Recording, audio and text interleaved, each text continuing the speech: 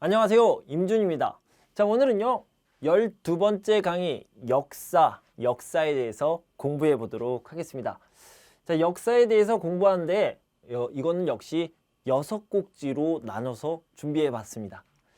자, 첫 번째는요. 고조선에 대해서 배울 텐데요. 고조선에 대해서 설명하기 전에 먼저 BC와 AD라는 말을 쓰는데요. 한국어로는 기원전이라는 말을 쓰고요. AD는 기원후라고 얘기하지만 보통은 서기 2000년, 서기 2001년 이런 식으로 얘기를 하게 되죠. 자, 그러면 고조선이라는 나라, 한국의 처음 나라, 최초의 나라는 언제 생겼습니까? 바로 기원전 2333년에 생겼습니다. 2333 이렇게 기억하시면 되겠고요. 여러분들이 잘 알고 있는 BC라고 생각하시면 됩니다. 단군 왕검이 이 나라를 만들었고요. 자, 이 고조선에 대한 이야기를 계속하기 전에 먼저 한국 역사의 전체적인 흐름을 좀 살펴보면 좋을 것 같은데요. 먼저 기원전과 기원후, 즉 서기가 이렇게 있는데요. 자, 기원전 2333년 기원전이에요. 이때 고조선이 건국이 됩니다. 그 이후로는 삼국시대가 생기게 되죠. 삼국은요, 고구려, 그리고 백제, 그리고 신라가 있습니다. 그런데 이 삼국이 서로 경쟁을 하다가요, 결국에는 고구려와 백제가 망하고 신라가 통일을 하게 됩니다. 그때 통일신라라고 얘기를 하고요. 한국의 상황을 보면 아래쪽에는 신라가 통일을 해서 나라가 되고요. 이 위쪽에 또 새로운 나라가 생기는데 그 나라가 발해, 대조영이 세운 발해고요. 해동성국이라는 별명, 닉네임을 가지고 있습니다. 자, 이렇게 통일신라와 발해가 지나고 나서 고려라는 나라, 왕건이 세우게 되는데요. 이 고려라는 나라에서는요, 많은 문화재가 있으니까 이따가 문화재를 중심으로 설명해 보도록 하겠습니다. 자, 조선은요, 1392년 이성계가 세운 나라고요. 이 조선에서는요, 임진왜란과 세종대왕에 대해서 좀 자세히 다뤄보도록 하겠습니다. 자, 그 다음 일제 침략기가 있었던 대한제국 시대가 있고요. 그 다음에 대한민국은 1948년 8월 15일에 만들어졌습니다. 그래서 여기 독립운동을 하던 일제 강점기까지 우리가 자세히 좀 알아보도록 할 텐데요. 자, 다시 한국 최초의 나라 고조선으로 돌아가 보도록 하겠습니다. 아까도 말씀드렸듯이 고조선은요, 단군 왕검이 건국을 했습니다. 나라를 만들었죠. 언제요? 기원전 2333년, 아주 옛날이죠. 그러니까 지금으로부터 4300년 전, 거의 5000년 가까이 옛날, 그때 한국 최초의 나라가 생긴 겁니다. 자, 청동기 문화를 바탕으로 했다라고 하는데 바탕은 기초로 했다, 이렇게 생각하시면 되겠습니다. 중요한 문화재에 대해서 좀 살펴볼 텐데요. 고인돌이 있습니다. 이렇게 돌을 만들어 놓은 것을 보게 되는데요. 이런 것들을 고인돌이라고 합니다. 자, 이렇게 땅 위에 있는데요. 이 밑에는 사람이 이렇게 누워 있습니다. 죽은 사람이죠. 옛날에 왕이었습니다. 이런 왕이나 지도자가 죽으면 이렇게 묻은 다음에요, 고인돌을 만들어 놨습니다. 그러니까 고인돌은 왕이나 족장, 리더, 지도자의 무덤이다, 이렇게 알아두시면 되겠습니다. 자, 이 나라에는 당연히 법이 있겠죠. 어떤 법이 있었습니까? 팔조법이 있었고요. 이 팔조법을 보고 팔조법을 통해서 우리가 고조선의 모습을 알아볼 수 있었습니다. 자, 개천절은 언제입니까? 10월 3일이죠. 개천절은 무엇을 기념하는 날이에요? 한국 최초의 나라 고조선이 세워진 날을 기념하는 날입니다. 그래서요, 개천절에는 단군 왕검의 모습을 자주 볼 수 있게 되죠. 개천절, 최초의 나라를 기념하는 날이다. 자, 고조선에 대한 설명으로 옳지 않은 것, 틀린 것을 찾아봅시다. 고인돌 이렇게 생긴 고인돌은요. 족장의 무덤, 지배자의 무덤 이렇게 얘기했죠. 맞습니다. 청동기 문화를 기초로 바탕으로 했다. 네, 맞고요. 기원전 2333 2333년에 단군왕검이 세운 나라 있습니다. 자, 그 다음에 계급이 있었음을 알 수 있다. 이건 맞는데요. 3조법이 아니라 8조법이라고 얘기했죠. 이 부분이 틀린 부분이 되겠네요. 자, 최초의 민족국가인 고조선을 건국한 것을 기리는 날, 기억하는 날, 기념하는 날은 언제입니까? 10월 3일 개천절이다. 이렇게 말씀드렸죠. 자, 청동기 시대의 대표적인 무덤 양식으로 자, 무덤. 큰 세력을 지녔던 지배자, 족장, 왕의 무덤은 무엇입니까? 고인돌이라고 얘기를 했습니다. 자, 고조선에서 백성을 다스리기 위해 만든 법률은요. 이렇게 기억하시면 됩니다. 8조법이다. 이렇게 기억하시고요. 자, 다음은 삼국시대 그리고 통일신라에 대해서 알아볼 텐데요. 자, 삼국시대는 역시 세 개의 나라라고 얘기했죠. 그래서 세 개의 나라, 고구려와 백제와 신라가 있는데 너무 복잡하게 써져 있어서 간단하게 이렇게 정리를 해봤습니다. 자, 고구려에서 기억해야 될 왕은요. 광개토 대왕입니다. 광개토 대왕. 한국 역사에서요. 토라는 이름이 들어가는 왕은 딱 한 명입니다. 자, 토라고 얘기했으니까 영토, 땅을 넓게 확장시켰다. 이렇게 기억하시면 되겠습니다. 광개토 대왕의 업적은 했던 큰 일은요. 바로 영토 확장입니다. 광개토 대왕 영토 확장. 자, 백제에서는 근초고 왕이 백제를 아주 크게 발전시켰고요. 신라에서는 진흥왕이 여러 왕이 있지만 특히 진흥왕이 통일을 준비했는데요. 통일을 준비했다라는 말을 삼국통일의 기틀을 마련했다. 기초를 준비했다. 이렇게 표현하고 있습니다. 통일을 준비했어요. 이렇게 편하게 얘기할 수 있지만 통일의 기틀을 마련했다. 이렇게 어려운 말도 알아두시면 문제를 풀 때 도움이 됩니다. 자, 다음 삼국 통일을 하는데 굉장히 큰 힘을 줬던 곳이 있는데요. 바로 화랑도입니다. 자, 교육기관이라고 생각할 수도 있고요. 역시 군사교육도 했기 때문에 군대라고 생각할 수도 있습니다. 그래서 신라의 젊은 사람들, 인재들이 여기서 교육을 받고요. 또 싸움도 배웠습니다. 전쟁에서 큰 역할, 통일을 하는데 큰 역할을 했다. 이렇게 기억해 두시면 되겠습니다. 자, 삼국시대가 끝났습니다. 어떻게 끝났죠? 통일을 해서 끝났습니다. 누가? 신라가 통일을 했습니다. 그래서 통일신라가 되겠는데요. 이렇게 통일신라가 전체를 차지한 게 아니라 이 정도만 차지했고요. 이 위에는 다른 나라가 생기게 됩니다. 바로 발해라는 나라인데요. 발해는 대조영이라는 사람이 건국을 했고요. 해동성국이라는 별명, 닉네임을 갖게 됩니다. 좀 더 봅시다. 통일신라에서는요.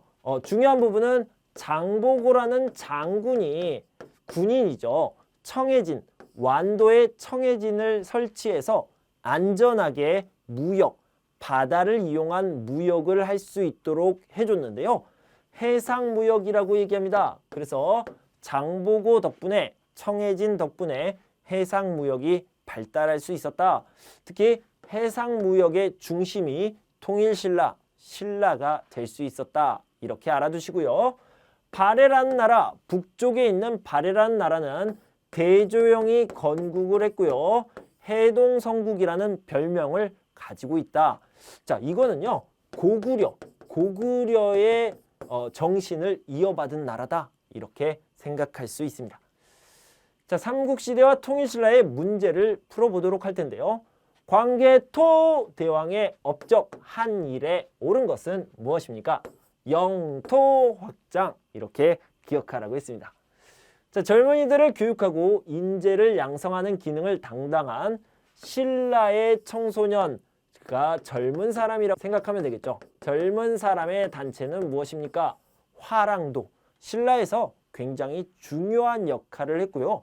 문제에서도 굉장히 중요하게 다뤄지니까 꼭 기억해 두시기 바랍니다. 장보고라는 장군이 있었습니다. 장보고가요, 신라와 신라 백성들을 지키기 위해 완도에 설치한 것, 그리고 해상 무역을 발달시킨 곳, 여기는 바로 청해진입니다. 그래서 장보고, 완도, 청해진 같이 기억해 두시면 좋을 것 같아요. 옛 고구려의 장수인 대조영이 오늘날의 지린성 지역의 도읍을 정하여 세운 나라로 해동성국이라 불리며 별명이죠. 고구려의 기상과 문화를 이어갔던 나라는 어디입니까? 발해입니다. 밑에는 통일신라, 위에는 발해, 남쪽은 통일신라, 북쪽에는 발해, 이렇게 기억하시면 되겠어요.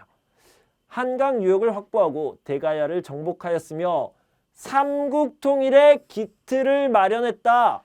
통일을 준비했다. 이 신라의 왕은 누구입니까? 진흥왕입니다. 통일을 준비한 왕, 진흥왕이다. 기억하시고요. 자, 다음은 고려를 보도록 하겠습니다. 고려는요, 왕건이 건국을 했죠. 건국은 왕건이 태조가 되어서 건국을 했는데요. 왕건이 한 일을 좀 기억해 두셔야 돼요. 자, 고려 하면요, 종교를 불교를 숭상한 나라다. 이렇게 알아두시고요. 고려 다음에 누가 있습니까? 조선이라는 나라가 생겼죠. 조선은요, 유교를 중심으로 했다. 이렇게 알아두시면 되는데요. 고려가 불교를 이렇게 선택을 했다. 왕건이 결정을 했죠. 자, 민생 안정 정책을 펼치기 위해서요, 세금, 국민들이 내는 세금을 이렇게 줄여줬습니다. 굉장히 중요한 일을 했죠. 자, 민생 안정과 민족 융합을 같이 알아봅시다. 안정적으로 살려면 싸우지 않아야 되죠. 싸우지 않아야 되니까 민족을 함께 이렇게 다스리도록 하기 위해서 원래 힘을 가지고 있었던 호적을요, 잘 대해줬어요. 그것을 후하게 대접해줬다. 먹을 것도 많이 주고 돈도 많이 주고 따뜻하게 대줬다. 후하게 대접했다. 이렇게 표현할 수 있고요. 호족을 따뜻하게 대접했다. 자, 북진 정책을 봅시다. 자, 고려 땅은요, 고려 땅은 이 정도가 있었습니다. 그래서 고려의 땅이 이 정도 있었는데 이 밑으로 남쪽으로 가면 뭐가 있습니까? 바다가 있어요. 갈 수가 없습니다.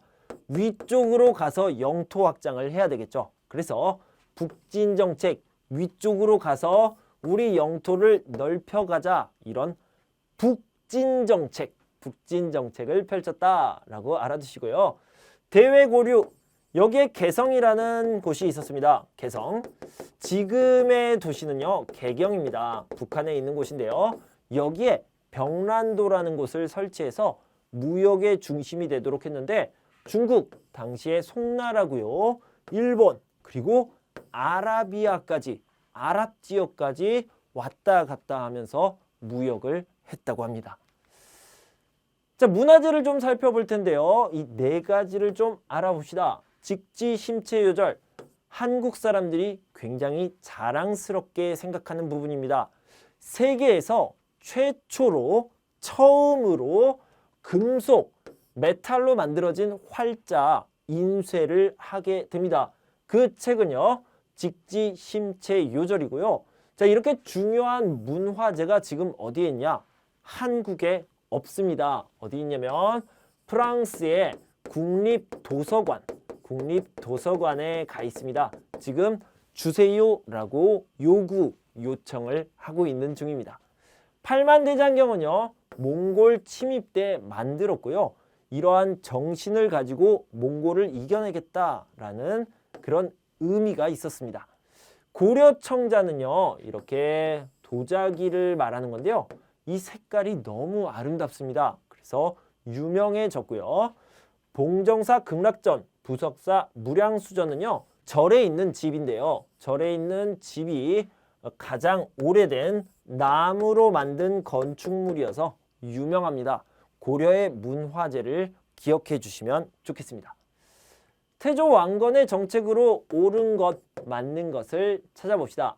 나라 전체에 도교를 장려하여 많은 절과 탑을 세웠다. 이 부분은 맞는데요. 도교가 틀렸습니다. 도교가 아니라 불교죠. 불교기 때문에 절을 세웠죠.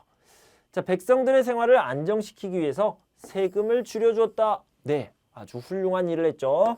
맞는 설명입니다. 민족 융합을 위해 지방 세력인 신진사대부를 후하게 대접하였다. 자, 신진사대부가 아니라 호족이었습니다. 조금 어려운 문제네요. 자, 그 다음 고구려의 옛 땅을 되찾기 위해 남쪽으로 영토를 넓히려 했다. 남쪽은 바다였습니다. 그래서 남쪽이 아니라 북쪽이라고 표현을 해야죠. 북진정책 기억해 두시면 좋겠습니다. 2번이 답이 되겠네요. 고려의 문화에 대한 설명으로 틀린 것, 옳지 않은 것을 찾아봅시다. 팔만대장경은 몽골이 고려를 침입하자 만든 대장경판이다. 네, 그 정신으로 이겨보자 라고 한 거죠.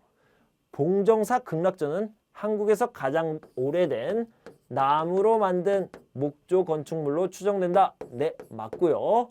고려 창자는 아름다운 푸른빛.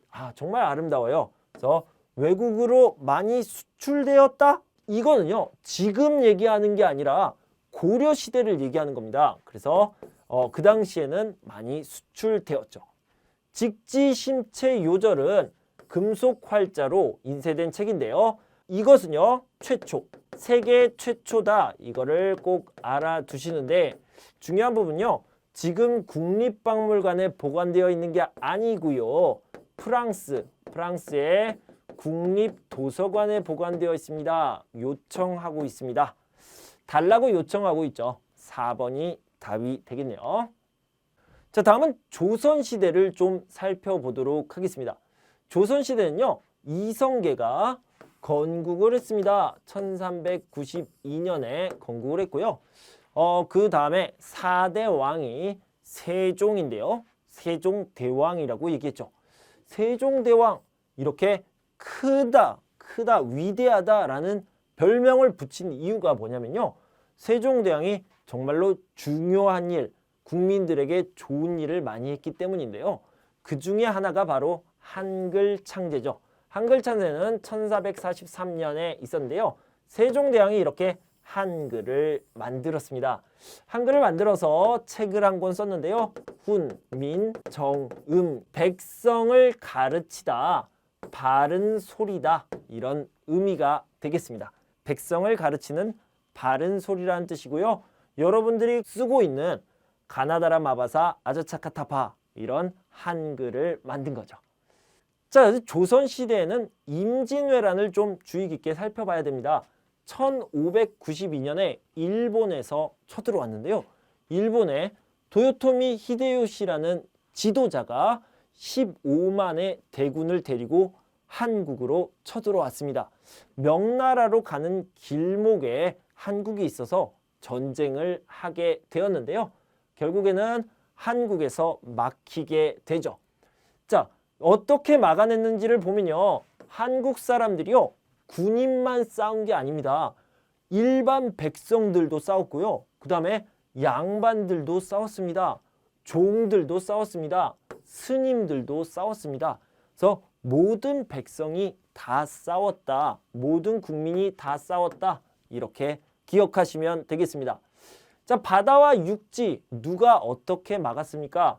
바다에서는요, 이순신 장군입니다. 이순신 장군이요, 이 거북선을 가지고 이렇게 바다에서 막게 되었는데요. 몇 번 지고 몇 번 이겼어요? 23번 싸웠습니다. 전쟁을 했는데요. 23번 이겼습니다. 100% 승리를 했던 장군이다. 이렇게 기억하시면 되겠고요. 육지에서는 권율 장군과 곽재우 장군이 일본군과 싸워서 한국을, 조선을 지켰습니다. 자, 훈민정음에 대한 설명으로 옳지 않은 것을 찾아봅시다. 틀린 것을 찾는 문제죠. 모든 소리를 발음대로 적을 수 있다. 자, 그래서 한글이 대단한 문자라고 하죠. 백성을 가르치는 바른 소리, 훈, 민, 정, 음이라고 얘기했죠. 맞는 표현이고요. 4번을 봅시다. 세종대왕과 집현전학자들이 만든 글자와 책의 이름이 맞는데요. 자, 글자를 쓸 수 있게 됐어요. 누가요? 모든 사람이, 배우지 못한 사람, 무식한 사람, 똑똑하지 않은 사람들도 다 글자를 쓸 수 있게 만든 그것이 바로 한글입니다. 그래서 전 세계적으로 이 한글은 인정받고 있죠. 대단하다고 인정받고 있습니다. 그래서 3번이 답이 되겠습니다. 임진왜란에 대한 설명으로 옳지 않은 것, 틀린 것을 찾아보도록 할게요. 나라 곳곳에서 양반, 노비, 승려까지 모든 국민이 의병을 일으켜서 싸웠다. 네, 맞습니다. 일본의 도요토미 히데요시가 조선의 군사를 이끌고 초도로 온 것이 맞고요. 한산대첩, 명랑대첩, 이건 잘 모르겠지만 거북선은 알겠어요. 바다에서 거북선을 가지고 지켰던 장군은요, 바로 이순신 장군이죠. 그래서 이 부분이 틀렸네요. 자, 권율이 이끄는 조선군과 백성들은 행주산성에서 힘을 합쳐 왜군을 무찔렀다. 이것도 맞고요. 자, 3번 이순신이 바다에서 싸웠다. 이렇게 알아두시면 되겠습니다. 자, 조선 후기와 일제강점기에 대해서 좀 살펴볼 텐데요. 조선 후기에는 실학이 발달했습니다. 그 다음에 실학이라는 것은요, 실제로 도움이 되는 학문인데요.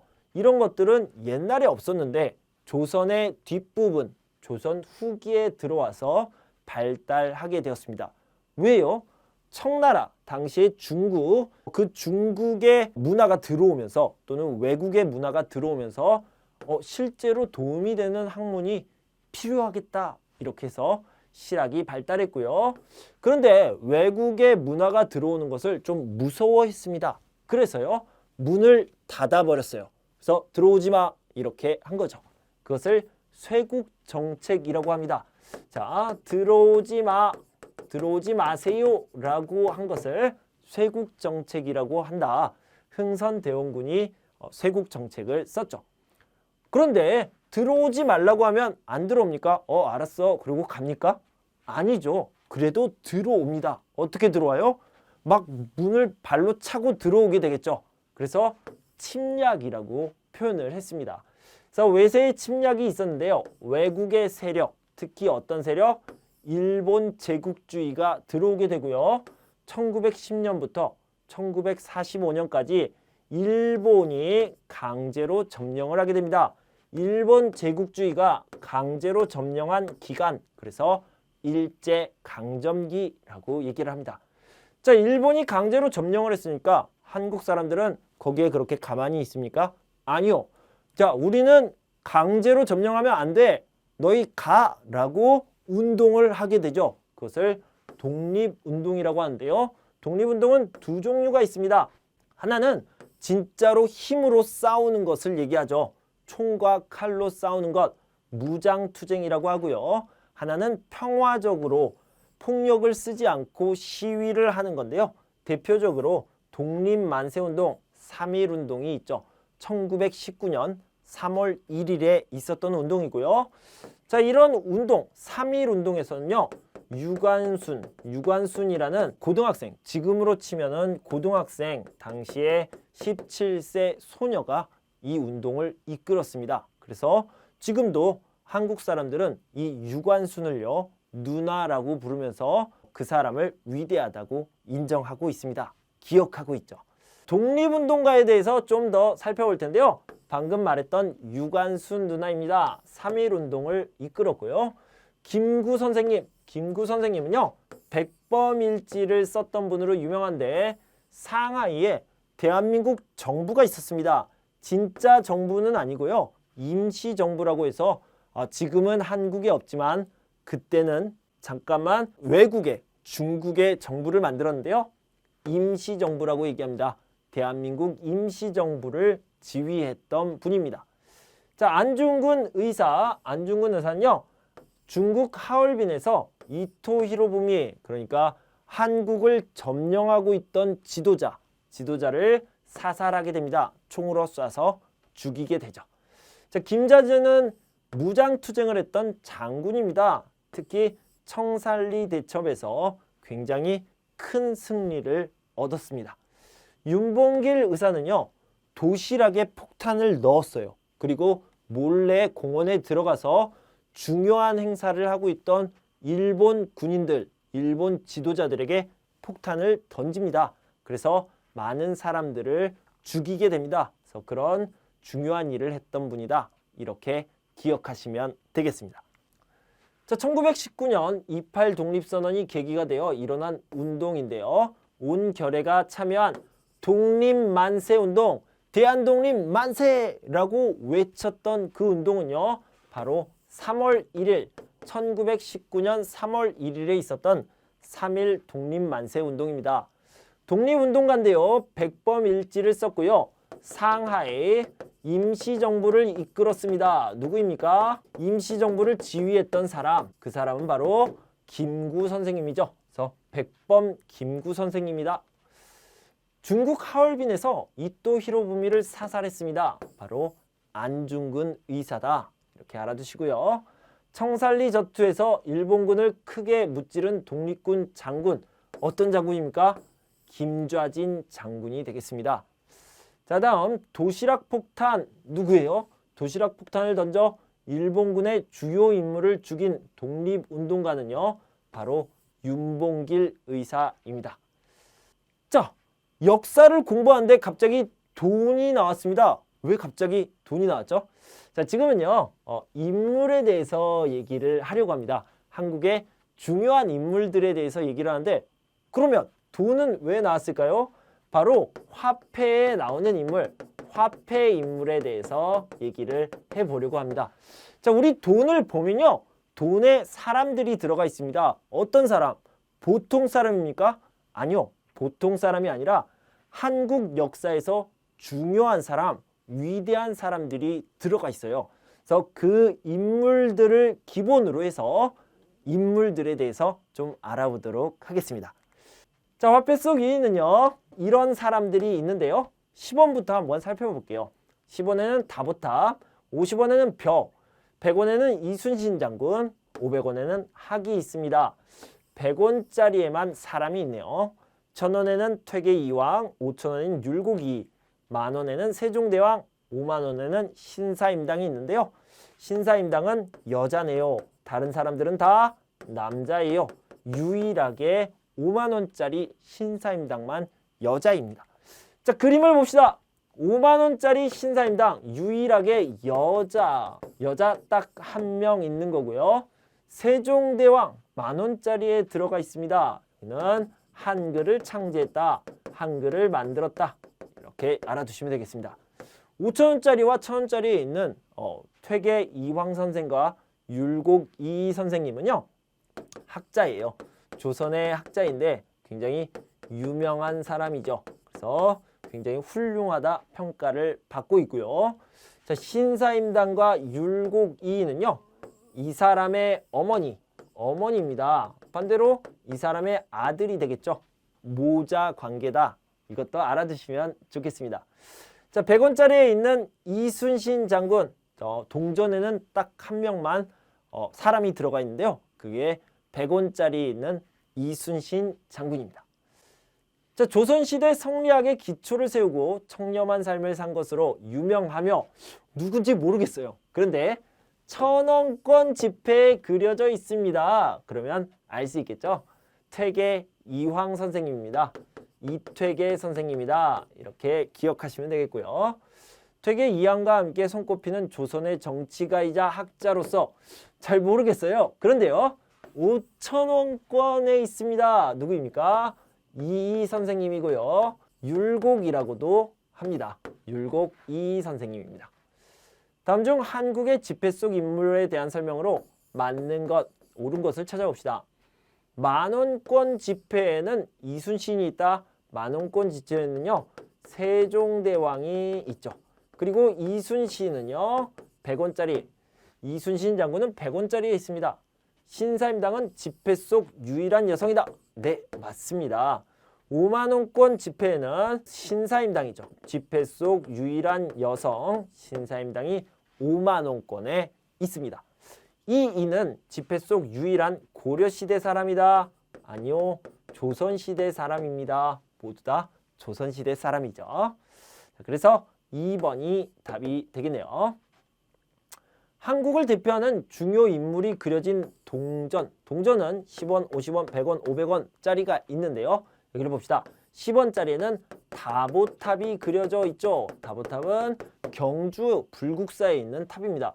50원짜리는 벼 이삭이 들어가 있고요. 농사를 잘 지으라는 상징이 있습니다. 500원짜리에는 학이 있는데요. 이 학은 평화와 장수, 오래 건강하게 사세요. 그리고 평화로우세요. 이런 것들이 들어가 있습니다. 자, 100원짜리에는 우리의 이순신 장군, 바다에서 나라를 지킨 이순신 장군이 들어가 있습니다. 3번이 답이 되겠네요. 자, 한국의 인물, 돈을 중심으로, 화폐에 있는 인물을 중심으로 살펴봤는데요. 자, 그 밖의 인물을 몇 명 더 살펴보도록 하겠습니다. 단원 김홍도 선생님은요, 화가, 그림을 그리는 분인데 서민들의 생활 모습, 그러니까 보통 모습을 생생하고 재미있게, 흥미롭게 그린 사람입니다. 자, 재미있다라는 표현은요, 해학적이다, 좀 어려운 말이긴 한데 이따 문제를 풀 때 나오니까 다시 한번 알아두시면 좋겠고요. 고산자 김종호 선생님은요, 대동여지도를 제작했습니다. 대한민국 최초의 전국 지도인데 대한민국 지도가 전체가 이렇게 다 나온 전국 지도는 처음이었습니다. 뭐가요? 대동여 지도가요. 김종호 선생님이 만들었습니다. 자, 김대중 누굽니까?